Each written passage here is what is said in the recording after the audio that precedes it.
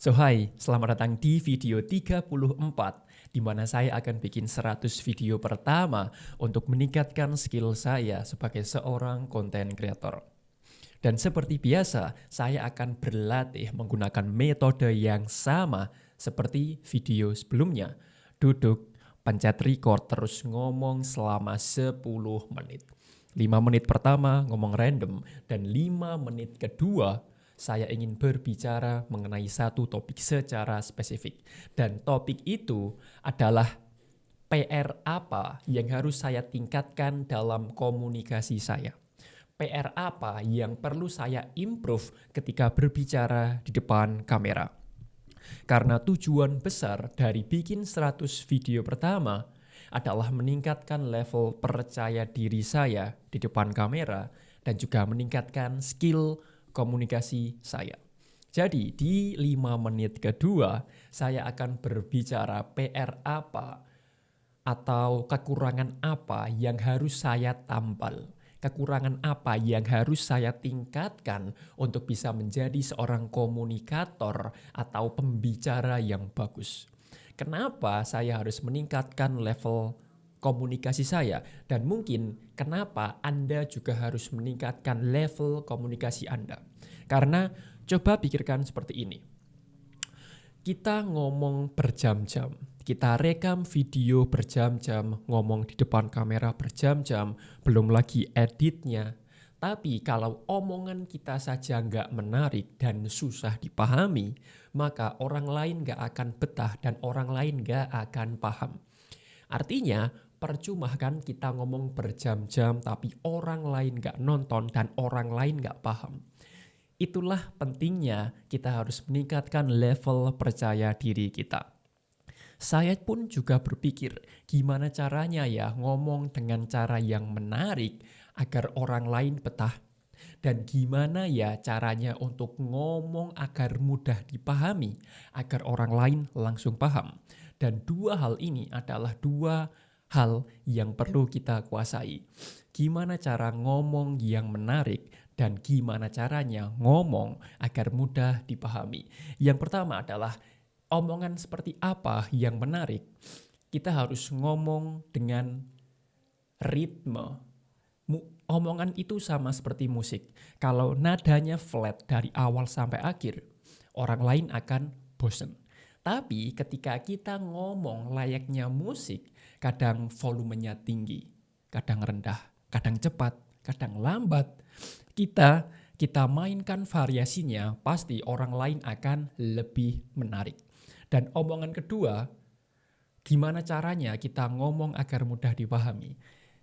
Tentunya ini perlu latihan, karena komunikator yang bagus atau pembicara yang bagus adalah pembicara yang bisa menjelaskan topik yang sulit menjadi mudah untuk dipahami. Sejauh ini yang saya pelajari adalah yang jelas kita jangan ngomong terburu-buru. Kalau kita ngomong terburu-buru, orang lain juga susah untuk mencernanya. Dan jangan lupa untuk memberikan spasi atau jeda. Jeda itu layaknya seperti spasi. Tanpa spasi, orang lain juga susah untuk memahami. Maka jangan takut untuk memberikan jeda seperti ini. Memberikan jeda 2-3 detik itu normal. Ketika kita memberikan jeda, kita punya waktu untuk berpikir, kira-kira omongan apa ya yang ingin kita sampaikan selanjutnya. Dan ketika kita memberikan jeda, kita juga memberikan waktu bagi penonton untuk mencerna apa yang baru kita ucapkan.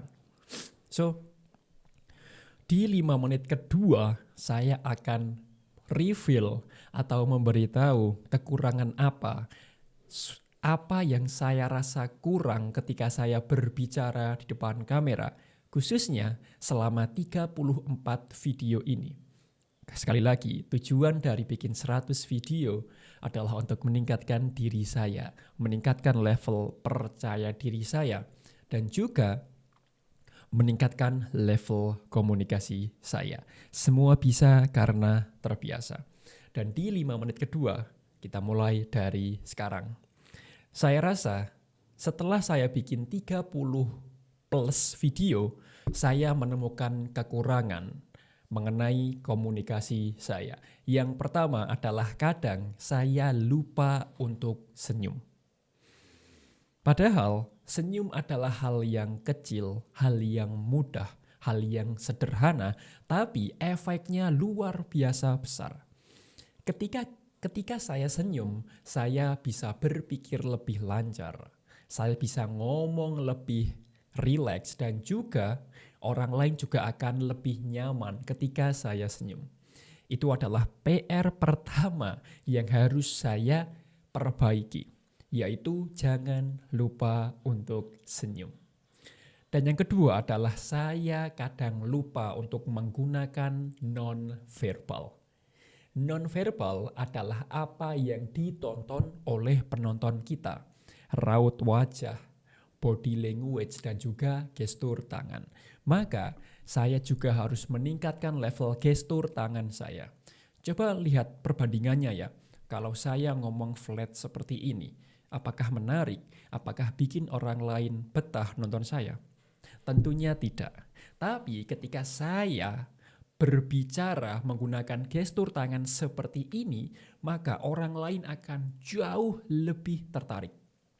Dan juga gestur tangan ini bisa memperkuat omongan yang kita ucapkan.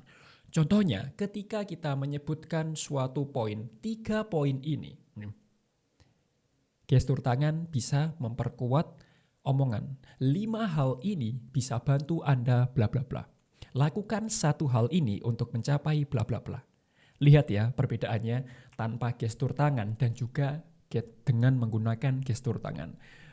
Perbandingannya atau perbedaannya jauh sekali. Itu adalah PR lainnya. Dan PR selanjutnya adalah kadang saya juga masih ngomong terlalu cepat. Dan kadang saya juga lupa untuk menggunakan jeda. Jadi so far sejauh ini PR-nya masih sama-sama saja. Kadang saya lupa untuk senyum. Kadang saya lupa untuk menggunakan gestur tangan, dan juga kadang saya masih ngomong terlalu cepat. Dan tips saya untuk Anda, kalau Anda ingin mulai bikin konten atau mulai berbicara di depan kamera, jangan terlalu overthinking. Jangan berpikir berlebihan. Apa yang ada di kepala Anda yang terlalu banyak pikirannya, overthinking, itu justru menghambat Anda untuk mulai. Mulai saja, karena semuanya bisa Anda dapatkan dengan ambil aksi.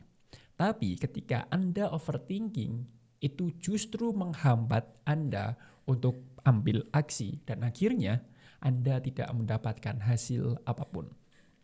Dan juga ketika kita berbicara di depan kamera, seperti ini contohnya ya. Coba tanam mindset Anda.